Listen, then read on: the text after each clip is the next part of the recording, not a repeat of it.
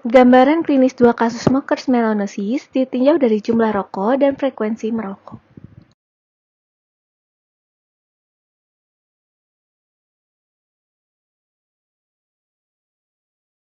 Latar belakang. Merokok masih merupakan masalah kesehatan karena dapat menyebabkan berbagai penyakit, bahkan kematian. World Health Organization, atau biasa disingkat dengan WHO, di sini menyebutkan bahwa Indonesia mengkonsumsi tembakau atau rokok sebesar 225 miliar batang per tahun, atau 65 juta perokok atau 28% penduduk. Selain pada kesehatan tubuh, rokok juga dapat berdampak pada kesehatan di dalam rongga mulut, salah satunya yaitu smokers melanosis yang dapat menyebabkan pigmentasi pada mukosa mulut dikarenakan merokok dengan peningkatan produksi melanin. Tujuan dari pembahasan kasus ini yaitu untuk melihat gambaran klinis dari 2 kasus smokers melanosis yang ditinjau dari jumlah rokok dan frekuensi merokok.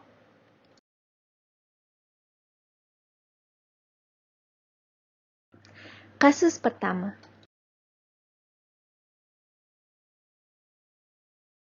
Keluhan utama. Pasien laki-laki berusia 22 tahun, datang dengan keluhan hampir seluruh gusinya berwarna kehitaman sejak kurang lebih 3 tahun yang lalu. Gusi tersebut tidak terasa sakit dan tidak terdapat keluhan lain. Pasien mengaku bahwa dirinya mengkonsumsi rokok dan sehari dapat menghabiskan 6-8 batang rokok. Pasien ingin keluhan yang terdapat pada gusinya tersebut dihilangkan. Dari hasil anamnesa, riwayat penyakit gigi dan mulut, terdapat lubang pada gigi bawah kanan belakang, riwayat penyakit sistemik di sangkal, riwayat penyakit terdahulu di sangkal, riwayat penyakit atau kelainan di keluarga di sangkal.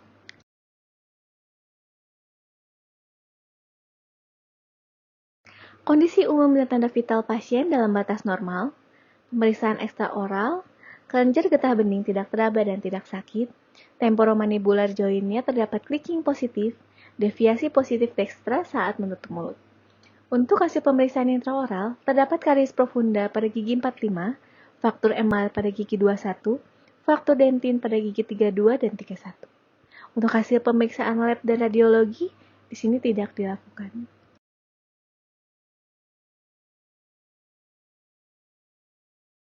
Berikut merupakan foto intraoral pada kasus pertama. Di sini terdapat gambaran dari frontal, labial, mukosa labial superior, mukosa labial inferior, dorsal lidah, dan ventral lidah. Berikut merupakan gambaran foto intraoral pasien dari lateral lidah, lateral gigi, dan oklusal gigi.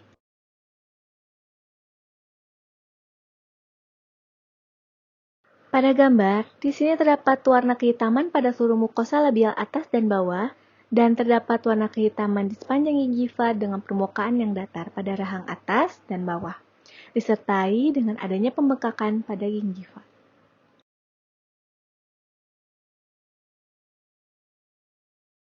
Kasus kedua.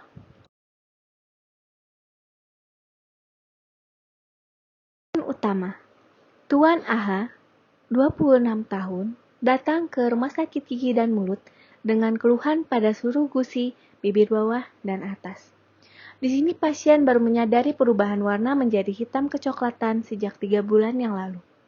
Pasien tidak mengeluhkan pernah sakit, hanya terasa mengganggu karena warna gusinya tersebut. Pasien rutin memeriksakan giginya 6 bulan terakhir ini karena proses pembersihan karang gigi. Pasien merupakan perokok aktif, kurang lebih sudah selama 1 tahun dengan konsumsi 1 bungkus rokok biasa, yang berisi 16 batang per hari. Pasien ingin keluhannya teratasi. Dari hasil anamnesis, riwayat penyakit gigi dan mulut, terdapat lubang pada gigi atas dan bawah. Riwayat penyakit sistemik di sangkal, riwayat penyakit terdahulu di sangkal, riwayat penyakit atau kelainan di keluarga di sangkal.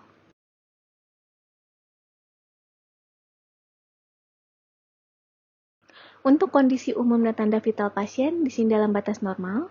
Untuk pemeriksaan ekstraoral, kelenjar getah bening tidak teraba dan tidak sakit, temporomandibular joint-nya terdapat clicking positif kiri, dan deviasinya negatif. Untuk pemeriksaan intraoral, Di sini terdapat karies superficial pada gigi 17, 28, 45, 47, dan 48. Dan juga terdapat karies media pada gigi 36 dan 46, dan terdapat karies profunda pada gigi 37. Dari hasil pemeriksaan lab dan radiologi, di sini tidak dilakukan. Berikut merupakan foto intraoral pada kasus kedua. Di sini terdapat foto dari frontal, oklusal rahang atas, oklusal rahang bawah, dan lateral gigi. Pada gambar, terdapat lesi makula berwarna coklat kehitaman, berbentuk irregular, berdiameter 2x2 mm dengan permukaan datar pada hampir seluruh gingiva regio di rahang atas dan bawah, yang memanjang dari gigi 18 sampai 28 dan 38 sampai 48. Tidak tampak adanya pembesaran gingiva. Untuk diagnosis pada kasus, di sini merupakan smokers melanosis. Diagnosis banding, ada pigmentasi fisiologis, Addison's disease, drug-induced, amalgam tattoo, melanoma, nevus pigmentosus. Rencana perawatan kasus pertama dan kedua. Kunjungan pertama, oral hygiene instruction, dan komunikasi informasi edukasi untuk mengurangi konsumsi rokok. Kunjungan kedua, pasien sudah mengurangi konsumsi rokok menjadi 4 batang per hari. Pada kontrol seminggu, belum terdapat perubahan yang berarti pada gusinya. Namun pada lidah terlihat sedikit pengurangan plak. Berikut merupakan gambaran hasil kontrol kasus pertama dan kontrol kasus kedua. Apa itu pigmentasi gingiva? Pigmentasi gingiva merupakan perubahan warna keunguan yang diffuse atau dalam bentuk bercak coklat tidak beraturan. Biasanya berwarna coklat muda atau kehitaman hasil dari granul melanin yang diproduksi oleh melanoblast.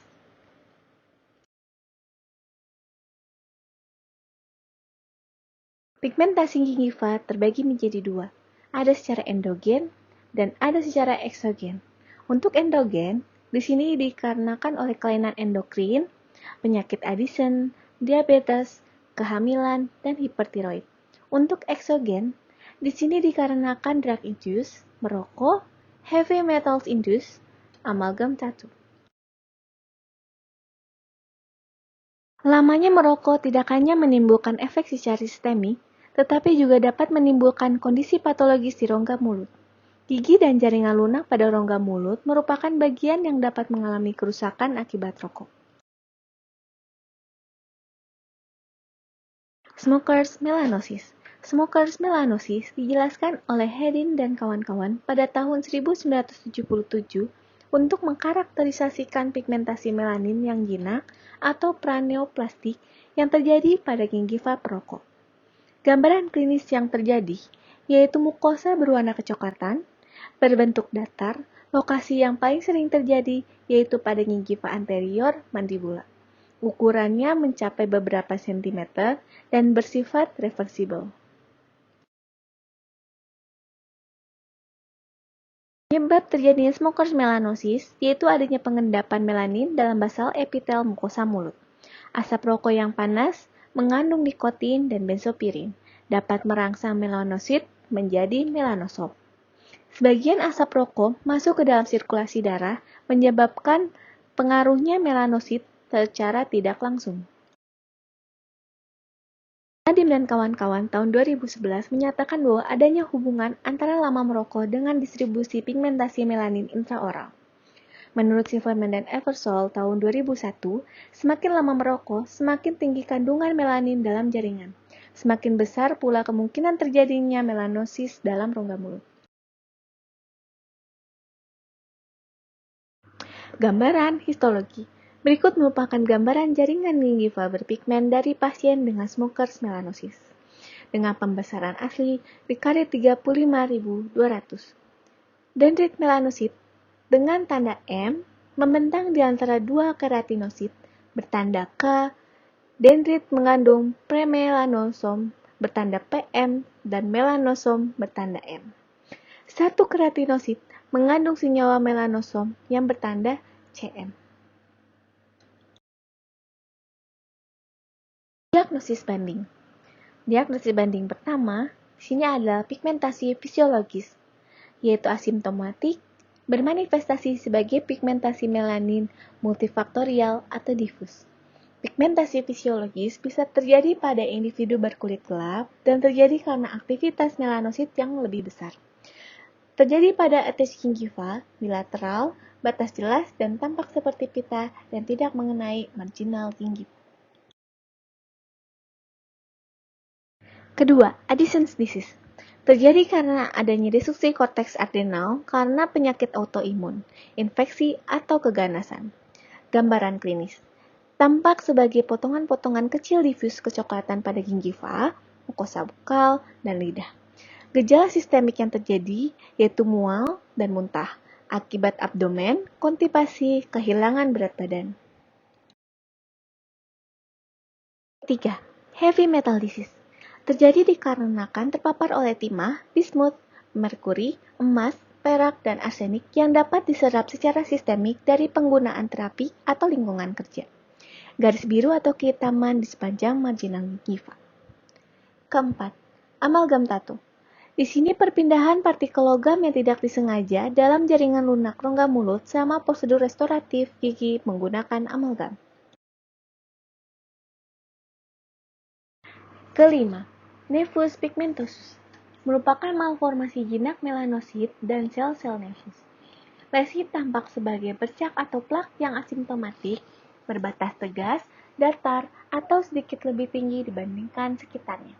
Berwarna coklat, hitam atau biru, berdiameter kurang dari 1 cm.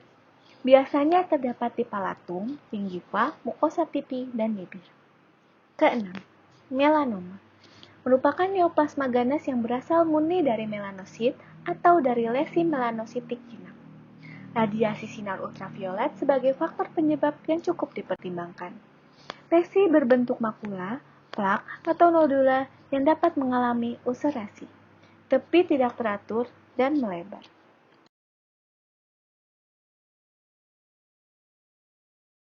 Pengukuran derajat pigmentasi. Derajat pigmentasi gingival pada masing-masing rahang dinilai berdasarkan klasifikasi Gingival Pigmentasi Index atau biasa disingkat dengan GPI yang dianjurkan oleh Hedin. Untuk skor 0, yaitu tidak ada pigmentasi, skor 1, yaitu 1 atau 2 unit soliter pigmentasi pada gingiva papiler tanpa pembentukan pita kontinu di antara unit soliter. Skor 2, lebih dari 3 unit pigmentasi pada gingiva papiler tanpa pembentukan kontinu. Skor 3, 1 atau lebih pita pigmen kontinu yang terhubung. Skor 4, 1 pita pigmen yang terhubung termasuk seluruh area antara gigi taring kanan dan kiri.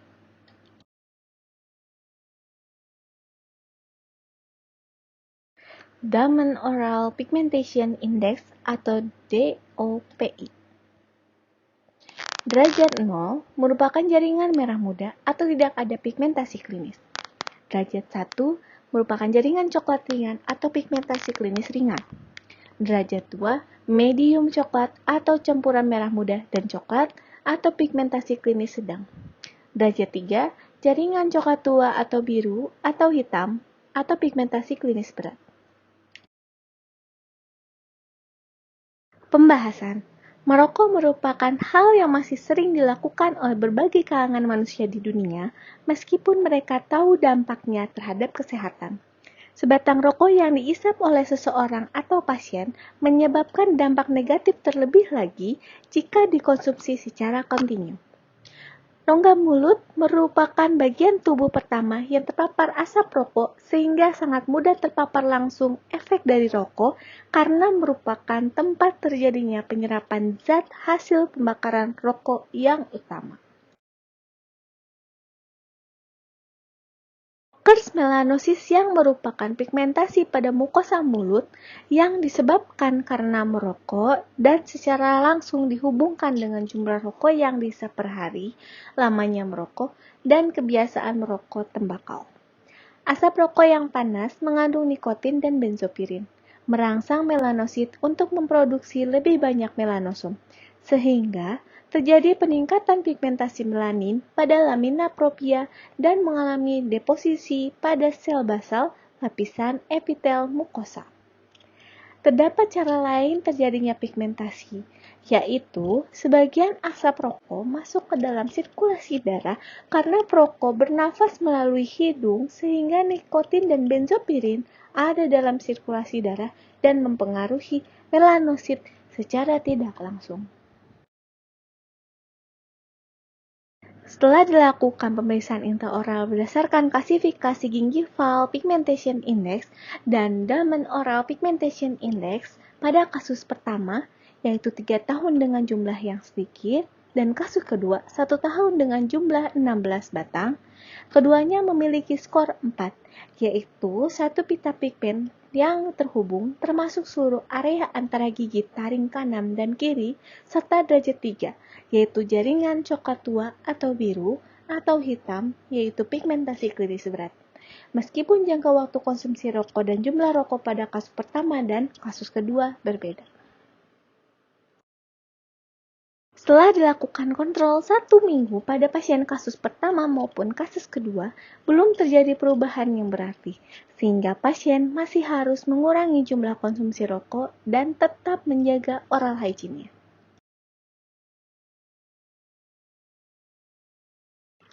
Kesimpulan, berdasarkan anamnesa dan pemeriksaan intraoral, dapat disimpulkan diagnosis untuk kedua kasus ini, yaitu smoker melanosis. Tidak terdapat perbedaan pigmentasi gingiva antara konsumsi rokok selama 3 tahun dengan jumlah yang lebih sedikit dengan konsumsi rokok selama 1 tahun dengan jumlah 16 batang.